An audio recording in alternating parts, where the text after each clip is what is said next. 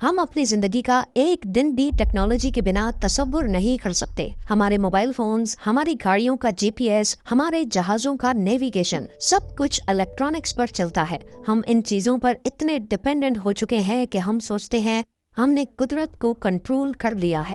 लेकिन क्या हो अगर मैं आपको बताऊं कि दुनिया में ऐसी जगहें हैं जहां ये टेक्नोलॉजी, ये इलेक्ट्रॉनिक्स, ये सिग्नल्स अचानक काम करना छोड़ देते हैं। जिम टीवी में आपका स्वागत है।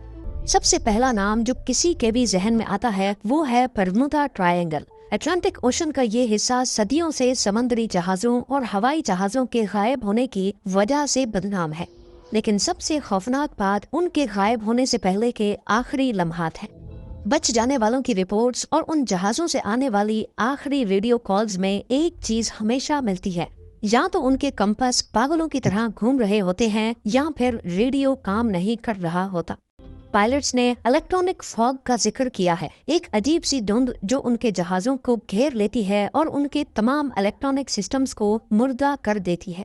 साइंसदान कहते हैं कि ये मौसम की खराबी है या मीथेन गैस, लेकिन इतने जहाज, इतने इलेक्ट्रॉनिक फेलियर्स, सबको सिर्फ इत्तेफाक करके टाल देना बहुत मुश्किल है। लेकिन अगर आप सोचते हैं कि ये सिर्फ समंदर के बीच होता है तो आप गलत हैं। जमीन पर एक ऐसी जगह है जो शायद बरमूडा ट्रायंगल से भी ज्यादा पुरअसरार है। ये है मेक्सिको के चिहुआहुआ रेगिस्तान में वाक़े जोना डेल साइलेंसियो, यानी खामोशी का इलाका। ये नाम इसे यूं ही नहीं दिया गया। जैसे ही आप इस इलाके की हदूद में दाखिल होते हैं, आपका रेडियो बंद हो जाएगा, आपके मोबाइल फोन के सिग्नल्स मुकम्मल तौर पर गायब हो जाएंगे, वॉकी टॉकीज काम करना छोड़ देंगे। ये एक ऐसी डेड जोन है जहां कोई रेडियो वेव न दाखिल हो सकती है न बाहर जा सकती है।